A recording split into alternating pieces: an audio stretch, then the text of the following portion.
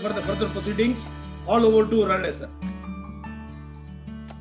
Okay, am I audible? Yes, sir. Yes, sir, you are audible. Okay, so good morning once again, everybody. Again, it's a proud privilege for me to be over here to participate in this particular online discussion forum.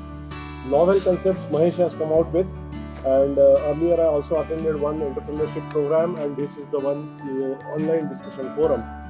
Again, I would like to repeat that it's a privilege for me because I have been part and parcel of that particular training programs which were conducted by the institute way back in 1990s, and I was privileged to stay there for 4 months and get the training. A lot of stalwarts were there, and the same trend and the same tradition is being continued by Mahesh. Also today there is a launch of the app CPDONTI. Definitely we will download it, and I would appeal everybody to download so that you can listen to the talks of the experts as and when you find time. And let us congratulate Dr. Mahesh and his team for launching this particular app today. It's very interesting, and this is the peculiarity of Mahesh. He keeps on reading. He's a voracious reader and keeps on updating himself. Whatever is happening around the globe, he always talks about it and keeps updating. Very nice of you, Mahesh. Once again, congratulations to you. And today, who is going to be the first speaker? If I am not, I think Mr. Ramarao, sir. Mr. Ramarao. So before I hand over to Ramarao, No, sir. Neeraj will be inaugurating. Neeraj will be inaugurating. After that, Mr. Ramarao. So Neeraj Srivastava will be talking after me, right? Yes, sir. Right. So Neeraj, just give me 5 minutes. A little bit of an introduction of today's session and its importance. I would like to say, see, we all have been working in the field of nutrition for quite some years now, and we have seen changes. We have seen drastic changes in the way in which we used to feed our chickens. As we always say, everything under the sky is the product of G into E, and this E is basically constituting the nutrition, and which is to the tune of about 70% of the cost. So you can understand the importance of that. And with this information which we have been working on that. Initially, there were a lot of attempts made to understand the nutritional requirements of the birds. So a lot of people, when we were students, were working on the nutritional requirements of different types of birds, being different age groups and all. Then we started focusing on the raw materials, different raw materials. We also focused on the alternative raw materials which could be used for poultry feeding. Then each and every raw material was studied in detail by some scientist, some person or the other around the country. Like for example, some of the people worked only on jawar, that is sorghum. Some of the people, I can remember the name of Dr. Singh, who has worked only on rice bran in Pantanagar. So a lot of people in the entire country have been working on various ingredients. Then the availability of nutrients, then the bioavailability of the nutrients from a particular ingredient. Those were the topics of poultry research.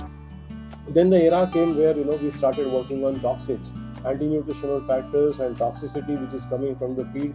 That was extensively covered by various scientists around the country. Then we started thinking about the additives and the supplements. Earlier, as we all remember, there used to be a big list of raw materials. 10-15 ingredients used to be there, and very few additives we used to use. Now it's a completely different concept. We use hardly 3 or 4 raw materials. Since the concept of corn and soya came into the country, everybody was running after the efficiency, everybody was running after the feed conversion ratio, and then we started focusing on the additives and the supplements, how best we can improve the efficiency of the feed that we are using. We all started working on that, keeping the efficiency in the mind. And till that time, the private industry, the people who have been manufacturing, or the genetics companies, let me say, they were out with various strains, and they were giving the specifications. These are the nutrient requirements. BIS also was working on same lines. Then the nutritional standards from ICR were published. Then the practical nutritional standards for various types of birds were published. And then again, every person has got his own concepts and standards of the nutrients which he wants to maintain in the feed. And that era of strain specific tailor made nutrition or the nutritional requirements came into existence, and then that is still continuing. We have been following that as a baseline and then doing the modifications here and there, of course keeping the cost in mind. As Mahesh told initially, there are a lot of factors which impact the raw material prices, and obviously the raw material prices would decide the use of ingredients, the percentages, etc. And these global changes, like what's happening around heat in Argentina and all those factors which Mahesh mentioned, they affect the pricing of the raw material, the availability of the raw material, and obviously the nutritionists have to change the formulations which they are using in the diets. So with this particular introduction, now we all know the importance of nutrition as such, the nutrients as such, and how the work or the research in the field of animal nutrition have changed. I remember very well in one of the Indian Poultry Science Association conferences, Dr. Sadgopan had taken a review of the work that has been published in the conferences of Indian Poultry Science Association, and it was clearly seen that 70% of the articles that were published and the papers that were published in the Indian Poultry Science Association conferences were related to nutrition, about 20% on genetics, and remaining were on the management and the other aspects. So this also tells us the importance of nutrition. So with this background, let us start this online discussion forum. As we all can see, we have a lot of eminent speakers throughout the country.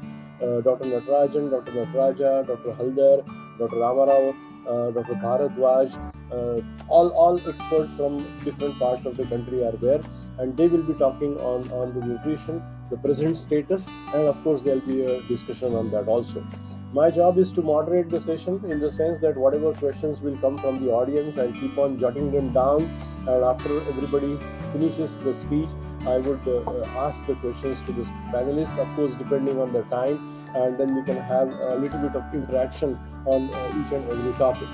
So with this, now I hand over the stage to Neeraj Kumar Srivastava, a good friend of mine, presently chairman of Compound Livestock Feed Manufacturers Association. Recently he has taken over, and let's welcome Mr. Srivastava for his address. Mr. Neeraj Srivastava, please.